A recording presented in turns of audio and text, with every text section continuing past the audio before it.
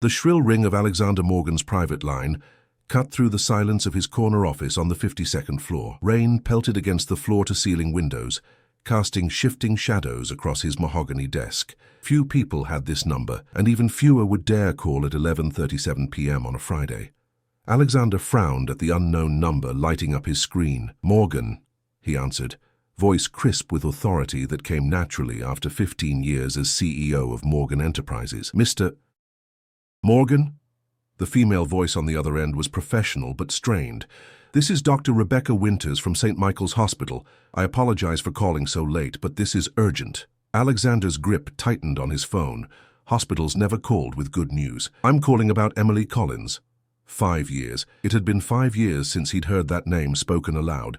5 years since she'd walked out of his office and his life without looking back. "Emily?" His voice betrayed him, cracking slightly. "What's happened?" "Ms. Collins has been in a serious car accident. She's in critical condition and needs immediate surgery." The doctor paused. "She's lost a lot of blood, and she has a rare blood type." "B negative," Alexander interrupted. He knew because they'd once joked about it, how even her blood type was being negative. "Yes, exactly," Dr. Winters sounded surprised. "We're dangerously low on supply. Our records show you're a match." Alexander closed his eyes, memories flooding back. The brilliant marketing director who challenged him at every turn, her infectious laugh that could dissolve his stress after the most grueling board meetings. The way she'd looked at him the day she resigned, eyes brimming with unspoken words, and something that looked dangerously close to heartbreak. "Mr. Morgan?" Dr. Winters prompted. "I understand this is unexpected, but Ms. Collins doesn't have many options. You're her only hope right now." Alexander was already reaching for his suit jacket. "Text me the hospital details. I'm on my way." The storm had intensified by the time Alexander's Bentley pulled up to St. Michael's. He hurried through the automatic doors, rainwater dripping from his tailored overcoat onto the polished hospital floor. The harsh fluorescent lighting was a stark contrast to his dimly lit office. "I'm here for Emily Collins," he told the receptionist, trying to keep the urgency from his voice. "Dr. Winters is expecting me." Within minutes, he was being led through sterile corridors to a small waiting area where a tired-looking woman in scrubs approached him. "Mr. Morgan, I'm Dr. Winters. Thank you for coming so quickly." "How is she?" The question escaped before he could maintain his usually composed demeanor. "Still critical. We need to operate immediately." She gestured to a nearby room. "If you'll come this way, we'll get started with the blood donation." As Alexander rolled up his sleeve, questions tumbled through his mind. Why was Emily back in New York? Last he'd heard through business channels, she'd taken a position with a rival firm in Chicago. Who was with her now? Was there a husband, a partner, children? He deliberately avoided knowing these details for 5 years. "Is anyone else here for her?" he asked, trying to sound casual as the nurse prepared his arm. "Not yet. Her emergency contact is traveling back from Europe. Should arrive tomorrow." Dr. Winters hesitated. "The contact is listed as her sister, Jessica Collins." Jessica. Alexander remembered her, younger than Emily by 4 years, with the same chestnut hair, but none of Emily's fire, none of her brilliance, none of her courage. "You seem to know Ms. Collins well," the doctor observed, as the crimson liquid began filling the collection bag. "I used to," Alexander replied flatly, ending the conversation. Afterward, as he waited in the empty corridor outside the operating room, Alexander found himself standing at a metaphorical crossroads. He could leave now, his duty done, his conscience clear. Emily would never even need to know he was here. Or he could stay and face a past he'd spent 5 years trying to forget. The memories came unbidden.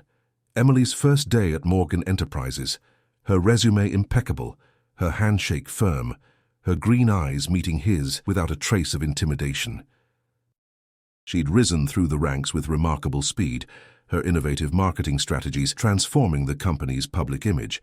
They'd worked closely together during that campaign, late nights and early mornings blurring the lines between professional and personal.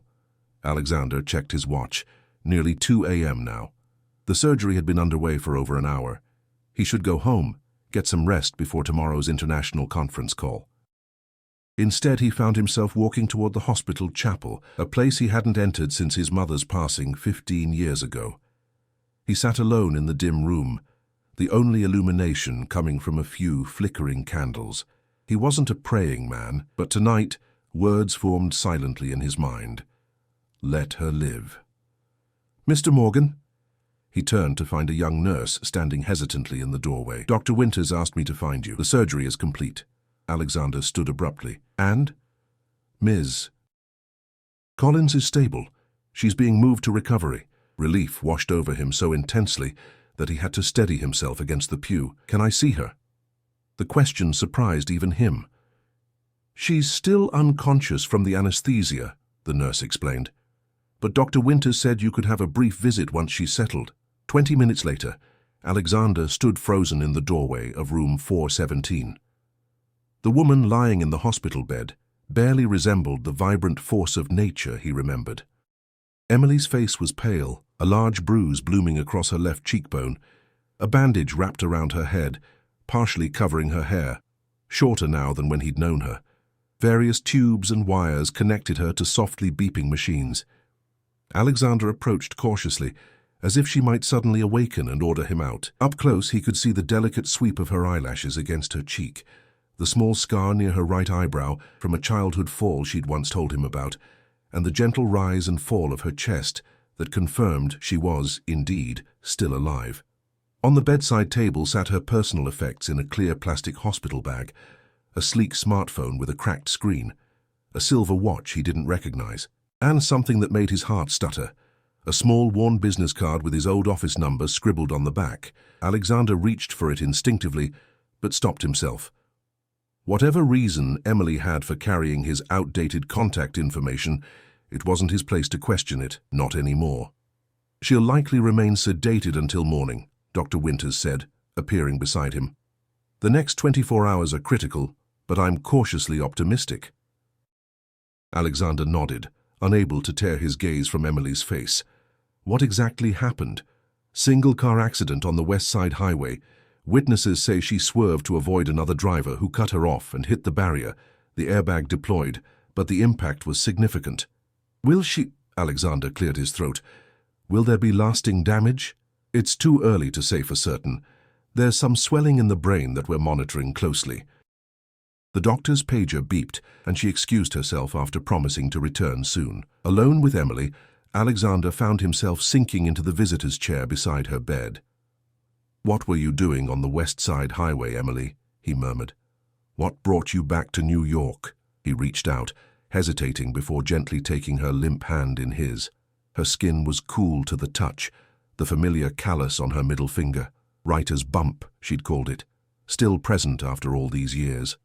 Outside the window, lightning flashed, briefly illuminating the room in harsh white light, followed by a rumble of thunder that seemed to shake the building. The weather matched the turbulence Alexander felt within, a storm of questions, regrets, and unresolved feelings he'd thought long buried. As the night deepened around them, one question echoed loudest in his mind. After 5 years of silence, what would Emily Collins say when she opened her eyes to find him there? Dawn broke with muted colors through the rain-streaked hospital window. Alexander awoke with a start, momentarily disoriented until his eyes focused on Emily's still unconscious form. He hadn't meant to fall asleep in the chair beside her bed, his hand still loosely holding hers. His back protested as he straightened, checking his watch, 6:17 a.m. His phone showed a dozen missed calls and twice as many messages, most from his executive assistant, Natalie, who'd undoubtedly discovered his unexplained absence from the early morning conference call with Tokyo. For the first time in his career, Alexander had completely forgotten a business obligation. A soft knock drew his attention to the door where a nurse entered, surprise flickering across her face at finding him still there. "Good morning, Mr. Morgan. I'm just here to check her vitals." Alexander withdrew his hand from Emily's and stood, smoothing his rumpled suit. "Any change overnight?" "Her readings are improving," the nurse replied while checking monitors. "Dr. Winters will be making rounds soon if you'd like to speak with her." He nodded, then stepped into the hallway to make a quick call to Natalie, providing a vague explanation about a personal emergency. He authorized her to reschedule his appointments and have Parker, his CFO, handle the Tokyo deal. Natalie, efficient as always, asked no questions, despite the unprecedented nature of his instructions. When Alexander returned to the room, he found Dr. Winters reviewing Emily's chart. "You're still here," she observed, her tone neutral but her raised eyebrow betraying her curiosity. "How is she doing?" "Better than expected. The swelling has begun to subside, and her vital signs are stabilizing." She glanced down at her notes. "Do you know if Ms. Collins has any medical conditions we should be aware of? Allergies, medications?" Alexander shook his head. "Not that I know of. We haven't been in contact for 5 years." Dr. Winters studied him thoughtfully. "May I ask what your relationship is to the patient? The nurse said you stayed all night." "We worked together," Alexander replied simply, offering nothing more. The doctor seemed to understand his reluctance. "Well, whatever your history, your blood donation made a critical difference. She's lucky you answered that call." After Dr. Winters left, Alexander found himself at another decision point. Emily's sister would arrive soon. His presence would require explanations he wasn't prepared to give, to Jessica, to Emily, or perhaps even to himself. The sensible choice was to leave before complications arose. Yet he couldn't bring himself to walk away, not until he knew Emily would recover, not until he understood why she still carried his business card after all this time. Alexander stepped out to find the hospital cafeteria, returning with a bitter coffee that he sipped while watching the steady rise and fall of Emily's chest. Around 8 o'clock, a text message arrived from his driver, Marcus, who had apparently been waiting patiently in the parking garage all night. Alexander instructed him to go home and return later with a change of clothes. Mid-morning sunlight had just begun breaking through the clouds when Emily's eyelids fluttered. Alexander set down his third coffee of the day, moving closer to the bed. Her eyes opened slowly, unfocused at first, then blinking rapidly as they adjusted to the light. When her gaze finally settled on him, the monitor tracking her heart rate registered a noticeable spike. "Alex," her voice was barely a whisper, rough from the breathing tube that had been removed earlier. Something twisted in his chest at hearing her use the nickname only she had ever dared call him. "Hello, Emily." He kept his voice level, masking the tumult of emotions beneath. Confusion clouded her features as she glanced around the hospital room, then back to him. "Am I dreaming?" "You were in a car accident," he explained gently. "You're at St. Michael's." Emily's hand moved to touch the bandage on her head, wincing as her fingers made contact. "What are you doing here?" Before Alexander could answer, a nurse bustled in, alerted by the change in Emily's monitors. The woman's face brightened, seeing her patient awake. "Well, hello there. Let me call Dr. Winters right away." The next half hour passed in a flurry of medical activity, doctors checking responses, asking questions, adjusting medications. Alexander retreated to the corner of the room, considering slipping away during the commotion but finding himself rooted in place. When the medical team finally dispersed, leaving instructions for Emily to rest, they were alone again. The silence stretched between them, 5 years' worth of unspoken words filling the space. "You didn't answer my question," Emily finally said, her voice stronger now. "Why are you here, Alexander?" He moved back to her bedside, keeping a careful distance. "The hospital called me last night. You needed a blood transfusion, and apparently I'm still listed as a match in their system." Emily's eyes widened slightly. "You gave me blood?" "It seemed preferable to the alternative, Anne," he replied, attempting humor that fell flat. She looked away, focusing on the rain-speckled window. "Thank you." The words were simple but sincere. Alexander nodded, unsure how to navigate this strange reunion. 5 years ago, they'd been sitting in his office discussing quarterly projections and innovative marketing strategies. 5 years ago, she'd been his right hand, the one person who understood his vision for the company almost better than he did himself. 5 years ago, before everything imploded. "Jessica is flying in from London," he informed her. "Should be here soon." Emily's expression softened at the mention of her sister. "You remembered Jess?" "I remember everything," Alexander replied, before he could stop himself. Their eyes met, and for a moment, the years between them seemed to dissolve. But Emily broke the connection first, shifting uncomfortably in the bed. "You don't have to stay. I'm sure you have more important things to do than babysit a former employee." The dismissal stung, but Alexander had long ago mastered the art of hiding his reactions. "You were never just an employee, Emily," She looked at him sharply, a flash of the old fire in her eyes. Then what was I exactly? The question hung dangerously in the air, the same one that had shimmered unspoken between them 5 years ago in his office, when professional lines had begun blurring into something neither of them had been prepared to name. Before Alexander could formulate a response, Emily continued, "It doesn't matter anymore. Ancient history, right? Morgan Enterprises has probably doubled its value since I left. I see your face on business magazines at the airport." "The company has done well," he acknowledged, deliberately sidestepping the personal angle of her question. "And you? Chicago treated you well?" A shadow crossed Emily's face. "I'm not in Chicago anymore." Alexander raised an eyebrow, waiting for her to elaborate, but she merely turned her gaze back to the window. The silence stretched again, loaded with unasked questions. "When can I leave?" Emily finally asked, clearly directing the question at the broader situation rather than at him personally. Dr. Winters mentioned at least a few days of observation, given the head trauma. Emily sighed, frustration evident in the tightening of her jaw, a tell he recognized from boardroom negotiations years ago. She'd always hated being sidelined, even for a day. "I have commitments," she muttered, "responsibilities. Whatever they are, they'll have to wait." Alexander's tone brooked no argument, falling easily into the authoritative cadence he'd often used during their working relationship. Emily's eyes flashed. "You don't get to tell me what to do anymore, Alexander. I don't work for you."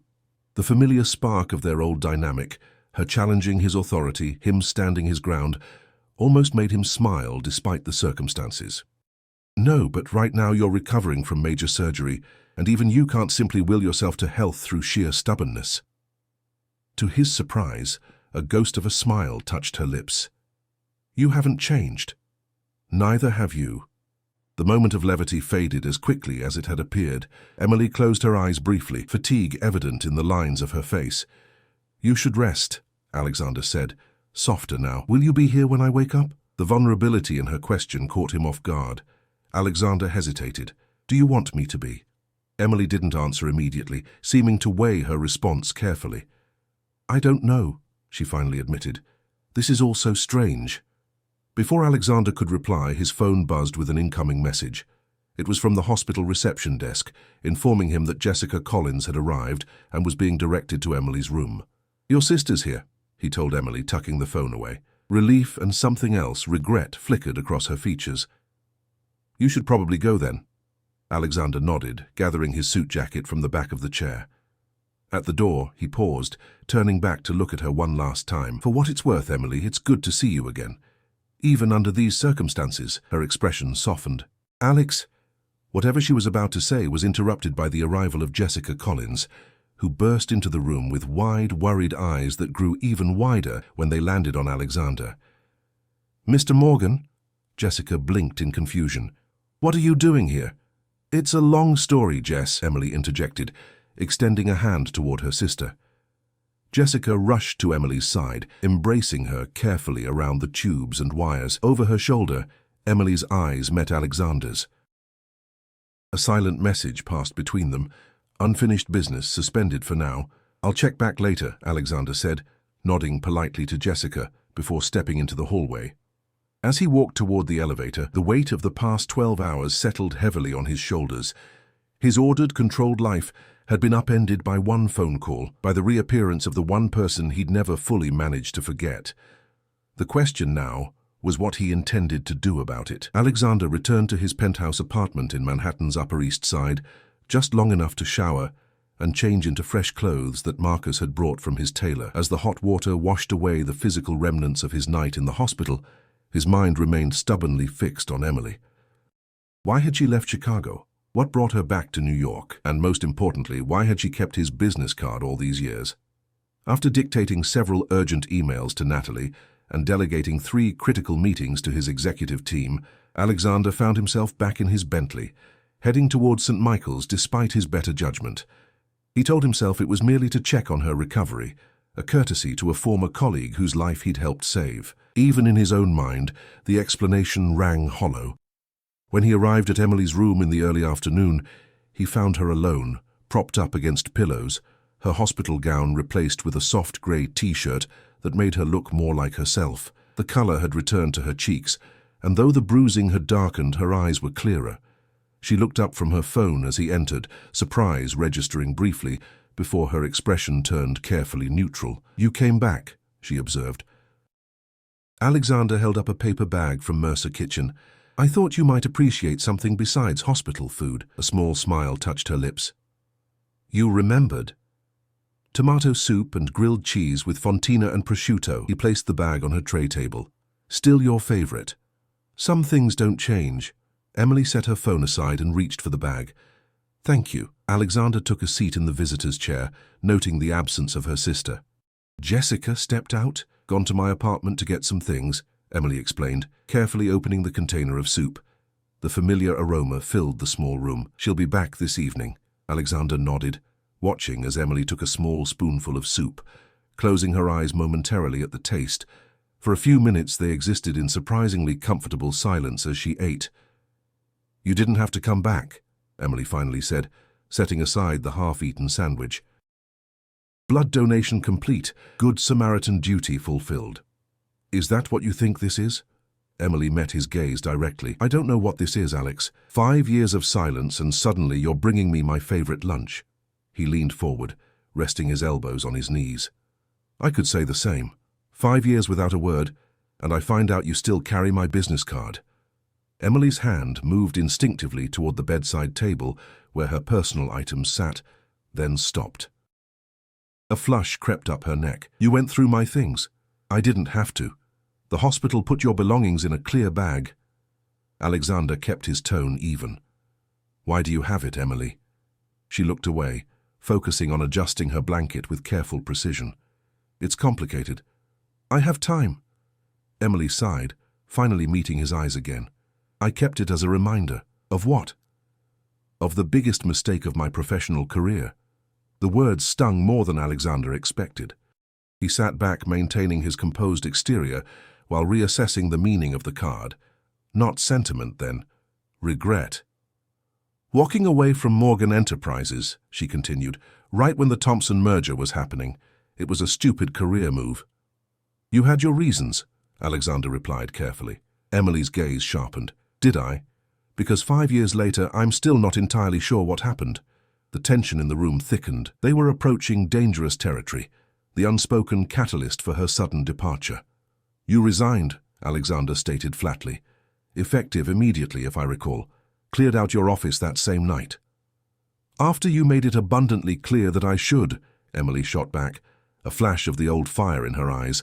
Alexander's brow furrowed. "I never asked you to leave. You didn't have to." Emily pushed her food tray away, her appetite apparently gone. "The board meeting made your position perfectly clear." Confusion rippled through him. "What are you talking about?" Emily stared at him incredulously. "The executive committee meeting. March 17th, 2019. I heard everything, Alexander." The date registered immediately in his mind. 3 days before she'd resigned, he'd presented the Thompson merger plan to the board, outlining the restructuring that would follow. "You weren't at that meeting." "No, but I was delivering the quarterly marketing reports to Bernard's office next door." Emily's voice had taken on an edge. "The walls between those boardrooms are apparently thinner than anyone realized." Alexander felt as though the ground were shifting beneath him. "What exactly did you hear?" "Enough." Emily's hands twisted in the blanket. "I heard Thompson's condition for the merger, replacing me with his nephew, and I heard you agree to it." The blood drained from Alexander's face as the missing piece of the puzzle finally slid into place. 5 years of wondering why his most trusted colleague had abandoned ship right before the biggest deal of his career, and the answer was a misheard conversation. "That's not what happened," he said quietly. "Don't lie to me, not now," Emily snapped. "I heard you say the words, 'Emily Collins won't be an issue after the merger.'" Alexander ran a hand through his hair, a rare gesture of frustration. "Because I was going to promote you to Chief Marketing Officer for the entire consolidated company, effective immediately after the deal closed. Thompson's nephew was getting your old position, but you were moving up. That was always the plan." Emily froze, her eyes widening. "What?" "It was supposed to be a surprise. The board had approved it unanimously the week before." Alexander's voice grew quieter. "I had the paperwork ready on my desk the day you resigned." The silence that followed was deafening. Emily stared at him, shock written across her features. "That's not possible," she finally whispered. "Thompson hated me. He blamed me for the campaign that targeted his market share. Which is precisely why I wanted you in the C-suite. You understood the market better than anyone." Alexander leaned forward again. "You really didn't know?" Emily shook her head slowly, wincing slightly at the movement. "When I heard you agree to get rid of me, I couldn't face you. Couldn't bear to hear you tell me personally that I was being replaced. So you resigned first." "I had 3 job offers within a week," she said, a hint of defiance returning to her voice. The Chicago position paid almost double. Alexander stood abruptly, pacing to the window and back. 5 years, he murmured. 5 years based on a misunderstanding. "It wasn't just about the job," Emily said softly. Their eyes met, and the air between them seemed to charge with unspoken feelings. Alexander knew exactly what she meant. In the months leading up to her resignation, their professional relationship had developed an undercurrent. Neither had acknowledged openly. Late nights reviewing strategies had stretched into dinner discussions that drifted far from work topics. Coffee meetings had lingered long past their scheduled end times. There had been moments, a hand touching while passing documents, eyes meeting across the conference table, a shared laugh over inside jokes no one else understood, that suggested the potential for something more. "No," he agreed. "It wasn't just about the job." Emily looked away first, blinking rapidly. "It doesn't matter now. Ancient history. Is it?" Alexander moved closer to her bed. "Then why keep the card, Emily? Why carry a reminder of your biggest professional mistake for 5 years?" Before she could answer, the door opened and Dr. Winters entered with a tablet in hand. "Miss Collins, good to see you sitting up and alert," she nodded to Alexander. "Mr. Morgan." The doctor reviewed Emily's latest test results, explaining that while the recovery was proceeding well, she still needed to remain under observation for at least another 48 hours. "The brain scan shows the swelling continuing to decrease," Dr. Winters explained, showing them images on her tablet. "But you experienced significant trauma, and we need to be cautious." Emily nodded, though Alexander could see the frustration in her expression. "Has she mentioned why she was on the West Side Highway?" he asked the doctor. Dr. Winters looked between them curiously. "The police report indicates Ms. Collins was returning from a meeting in New Jersey. Something about a land development project." Alexander's eyebrows rose. The last he'd heard, Emily had been working in brand management for a retail conglomerate in Chicago. "I've recently changed fields," Emily explained, noting his surprise. "I'm heading up community relations for Westview Development now." "Real estate development?" Alexander couldn't hide his astonishment. "That's quite a shift from marketing." "People can change, Alexander." Emily's tone was defensive. "Westview's focus on sustainable community development aligned with what I wanted to do next." Dr. Winters, sensing the tension, excused herself after reminding Emily to rest and promising to check back in the evening. Once they were alone again, Alexander studied Emily with new interest. "Westview? Aren't they the ones planning that controversial Hudson Yards extension?" Emily sighed. "Yes, and before you start, I know all about the environmental concerns. That's precisely why I took the job, to help them find a better approach." Alexander held up his hands in a gesture of peace. "I wasn't criticizing, just surprised." "Life takes unexpected turns," Emily's voice softened. "After Chicago, things changed. I needed something different." "What happened in Chicago?" Emily was quiet for a long moment, her fingers absently tracing the edge of her blanket. "Success, by conventional standards. I became the youngest VP in the company's history. Had the corner office, the expense account, the whole package." She looked up at him. "And I was completely miserable." Alexander waited, sensing there was more to the story. The culture there was toxic, cutthroat in ways that made Wall Street look tame. Emily's expression hardened. The final straw was watching them deliberately bury safety concerns about a children's product because a recall would hurt quarterly earnings. "You left over an ethical concern," Alexander said softly, a hint of pride in his voice. "That sounds like the Emily Collins I knew." "I reported them to consumer protection agencies on my way out," she added, with a ghost of her old smile. "Then took some time to figure out what I really wanted." "And that's Westview?" Emily nodded. They're trying to do something that matters, creating affordable, sustainable communities. At least that's what I thought until yesterday's meeting. Her expression darkened. Turns out the New Jersey project is being secretly restructured to maximize luxury units at the expense of the affordable housing they promised. Understanding dawned on Alexander. That's why you were driving back so late. You were upset about the meeting. I was furious, Emily admitted, thinking about resigning. Again. She gave a bitter laugh. Seems to be a pattern with me. Standing by your principles isn't something to apologize for, Alexander said firmly. Emily studied him for a moment. You've changed too. Have I? The Alexander Morgan I knew would have told me that principles don't pay dividends, he smiled ruefully. Perhaps I've learned a few things in 5 years as well. Their eyes held, and for a moment, Alexander felt the pull of what might have been, what might still be if they could navigate past the wreckage of misunderstanding between them. The moment was interrupted by Emily's phone chiming with an incoming message. She glanced at it, her expression immediately shifting to concern. What is it? Alexander asked. Westview, she replied, typing a quick response. They're asking when I'll be back. There's a critical presentation to community stakeholders tomorrow. Surely they don't expect you to... They do, Emily cut him off. And honestly, I need to be there. If I'm not, they'll proceed with the modified plan and the affordable housing component will be gutted. Alexander frowned. Emily, you've just had major surgery. I'm aware, she replied dryly, but some things are more important than perfect health. Like martyring yourself for a company that clearly doesn't value your well-being. The words hung in the air between them, sharp and unexpected. Emily's gaze snapped to his, surprise evident in her expression. Is that what you think I'm doing? She asked quietly.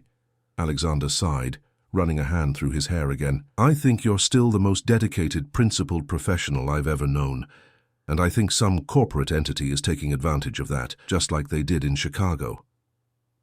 Emily's phone chimed again, but this time she ignored it, her attention fully on Alexander. Why do you care? After 5 years, why does it matter to you what I do?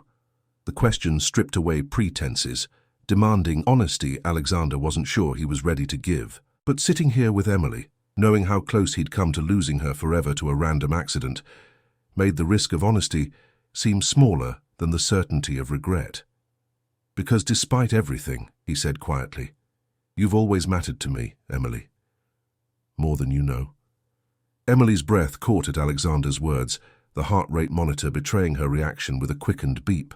For a moment, the years between them seemed to compress into nothing, leaving only the raw truth of his admission hanging in the air. Before she could respond, the door swung open again as Jessica returned, arms loaded with a duffel bag and what appeared to be Emily's laptop case. She stopped short at the palpable tension in the room. Sorry, am I interrupting? She asked, glancing between them. No, Emily said quickly, composing herself. Perfect timing. Alexander stood, smoothing his already immaculate suit jacket. I should go. I have some matters to attend to at the office. Emily nodded, but their eyes held for a moment longer than necessary, a silent acknowledgement that their conversation was far from over. Mr. Morgan, Jessica said as he moved toward the door, could I speak with you in the hallway before you leave? Alexander followed her outside, curiosity piqued by the serious expression on the younger Collins sister's face. Thank you, Jessica said once they were out of Emily's earshot. The doctor told me what you did, the blood donation, staying all night. She hesitated. Emily might be too stubborn to fully appreciate it, but I do. No thanks necessary, Alexander replied. How is she really doing? Jessica sighed. Physically? Better than she should be according to the doctors. But emotionally? She shook her head. She's already talking about leaving the hospital tomorrow for some work presentation. I heard, Alexander frowned. It's not medically advisable. It's not just that. Jessica lowered her voice further. This job at Westview, it's been eating her alive for months. The stress, the ethical compromises they keep pushing. She met his eyes directly. You know how she is. She can't step away from a fight when she thinks people are being wronged. Alexander's mouth quirked in a half smile. I remember. The thing is, Jessica continued, this presentation tomorrow. It's her last stand. The executives have already made up their minds about cutting the affordable housing. Emily's just beating herself against a brick wall. Why are you telling me this? Jessica studied him for a long moment. Because for 5 years my sister has measured every job, every company, every boss against you and Morgan Enterprises. Nothing has ever matched up. The revelation struck Alexander like a physical blow. She never told me exactly what happened between you two, Jessica added, but I know she's regretted leaving ever since. Too proud to admit it, of course. Alexander absorbed this information silently, the pieces of the past 5 years rearranging themselves in his mind. I should get back to her, Jessica said, glancing toward the room. She'll be suspicious if we talk too long. Jessica, Alexander called softly as she turned away. Thank you. With a small nod, Jessica disappeared back into Emily's room, leaving Alexander alone in the corridor, his mind racing with possibilities he'd long ago forced himself to stop considering. Instead of heading to the elevator, he pulled out his phone and dialed a number he rarely used personally. Michelle, it's Morgan, he said when the call connected. I need everything you can find on Westview Development, particularly their New Jersey project and the proposed changes to the affordable housing component. Yes, it's urgent, within the hour. That evening, Alexander returned to the hospital with dinner for both Collins sisters, this time from Emily's second favorite restaurant, a small Italian place in the village they'd frequented during late working sessions. He found Emily sitting fully upright in bed, her laptop open, despite Jessica's obvious disapproval. You're pushing yourself too hard, Jessica was saying as he entered. I don't have a choice, Emily replied, not looking up from her screen. If I don't finalize these changes to the presentation... She stopped abruptly upon noticing Alexander. You're back. With reinforcements, he replied, holding up the takeout bags. Proper dinner for both of you. Jessica's expression brightened immediately. Is that Angelo's lasagna I smell? And eggplant parmesan, Alexander confirmed, setting the bags on the small table by the window. Emily's favorite, if memory serves. Emily closed her laptop slowly, surprise evident on her face. You remembered that too. As I said earlier, he replied simply. I remember everything. The three of them shared the meal around Emily's bed, the conversation remaining carefully in neutral territory. Jessica's teaching position in London, the unusually rainy New York spring, a mutual acquaintance from the old days who had recently launched a successful startup. Throughout the meal, Alexander found his gaze repeatedly drawn to Emily, noting the slight crease between her brows that indicated pain she was trying to hide, the way she pushed food around her plate, more than eating it. When Jessica excused herself to take a call from her boyfriend in London, Alexander moved closer to Emily's bedside. You're overdoing it, he said quietly. I'm fine, she insisted, though the tightness around her eyes betrayed her. Dr. Winters says you shouldn't leave for at least another 48 hours. Emily shook her head. I don't have 48 hours. The stakeholder presentation is at 10 a.m. tomorrow. If I'm not there, Westview will proceed with cutting the affordable housing component, Alexander finished. I know. Emily's eyes narrowed slightly. Jessica talked to you. She's worried about you. So am I. Emily sighed, leaning back against her pillows, momentary vulnerability breaking through her determined facade. This project matters, Alex. 300 families who were promised affordable homes. The community worked with Westview in good faith, and now they're about to be betrayed because luxury condos offer a better return on investment. Alexander pulled his phone from his pocket, opening a document. The profit differential is projected at $8.7 million over 5 years, primarily from the high-end retail spaces that would replace the community center in the original plan. Emily stared at him. How do you know that? I had my team look into Westview this afternoon, he replied casually, as if having a multi-billion-dollar company's resources investigate her employer was the most natural thing in the world. Their finances are actually quite precarious. The Jersey project is over-leveraged, and they're counting on the luxury pivot to satisfy creditors. Emily's expression shifted from surprise to understanding. That's why they've been so desperate to make the changes. The company might not survive otherwise. Alexander nodded, which puts you in an impossible position tomorrow. Either advocate for a plan that betrays the community, or fight for the original vision and potentially sink the entire company, including all the existing affordable housing projects they've built. There's no good choice, Emily murmured, the weight of the situation evident in her voice. Unless, Alexander said carefully, a third option emerged. Emily's eyes sharpened with interest. What kind of third option? Morgan Enterprises has been looking to diversify our holdings with sustainable community development projects, Alexander said, the plan he'd been formulating all afternoon finally taking shape aloud. What if we offered to partner with Westview? We provide the capital they need. They maintain their commitment to affordable housing. Emily stared at him, disbelief written across her features. You'd do that? Why? Alexander held her gaze steadily. For the 300 families, of course. Alex, and for you, he admitted softly, because this matters to you. The moment stretched between them, charged with meaning neither could fully articulate. Emily's eyes searched his, perhaps looking for ulterior motives or conditions to this unexpected offer. I don't know what to say, she finally whispered. Say you'll stay in the hospital tomorrow, and let me handle the presentation with Westview's executives. Emily's stubbornness reasserted itself. I can't just— Emily, Alexander interrupted gently.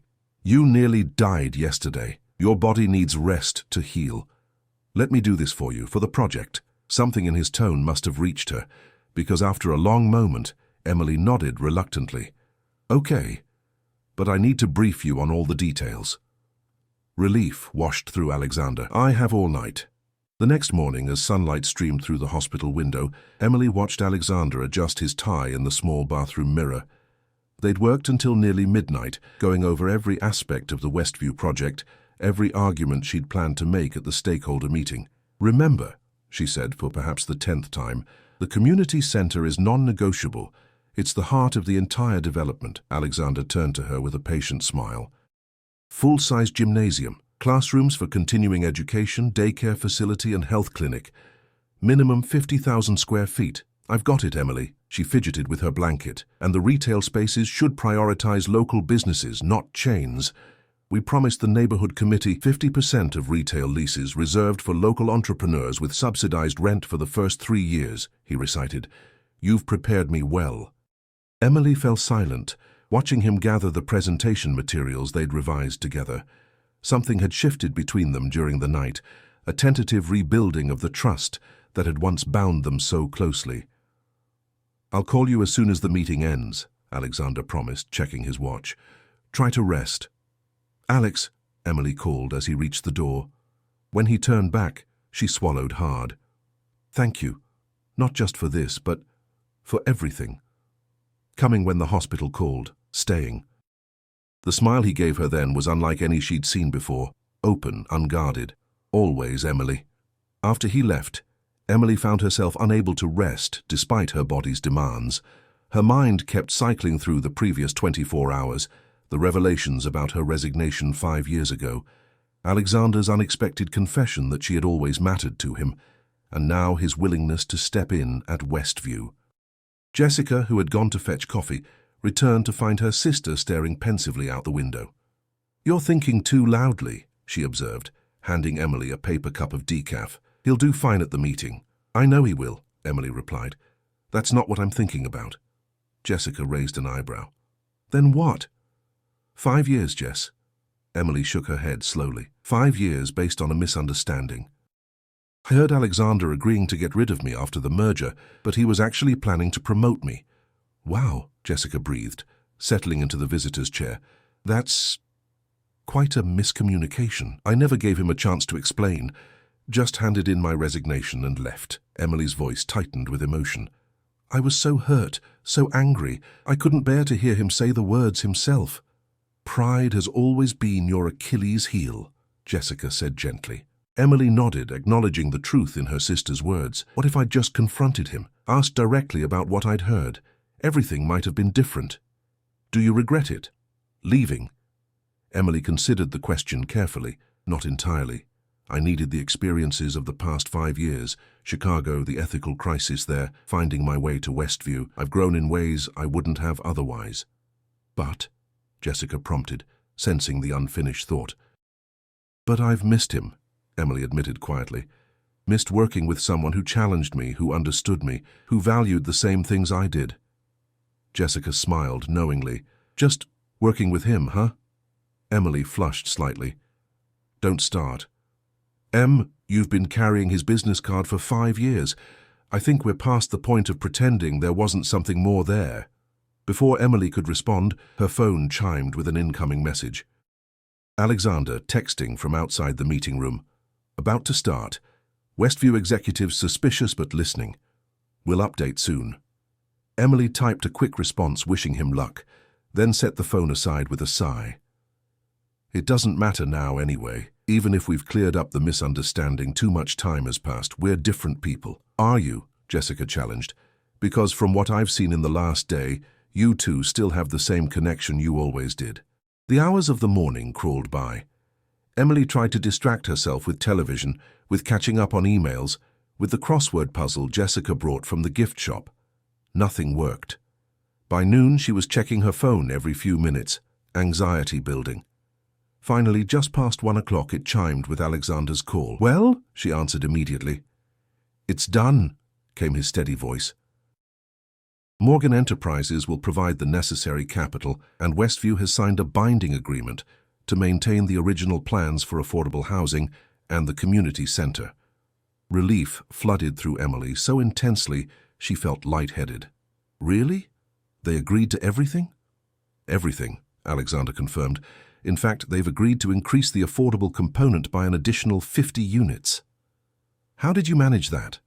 She could hear the smile in his voice. I might have pointed out that the community goodwill would translate to expedited approvals for their next 3 projects, more than offsetting the reduced margin on this one. Emily laughed softly.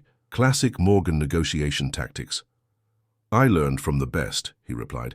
There is one other development you should know about. Something in his tone made Emily sit up straighter. What is it?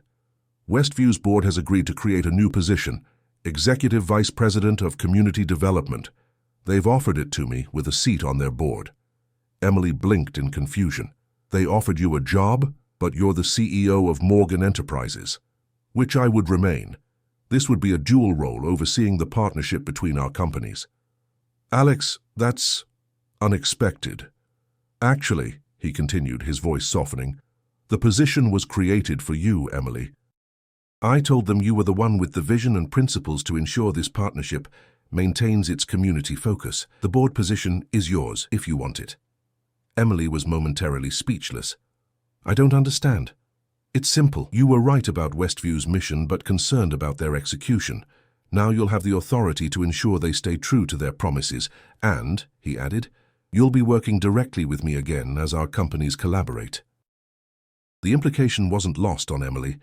This wasn't just about a job or a development project.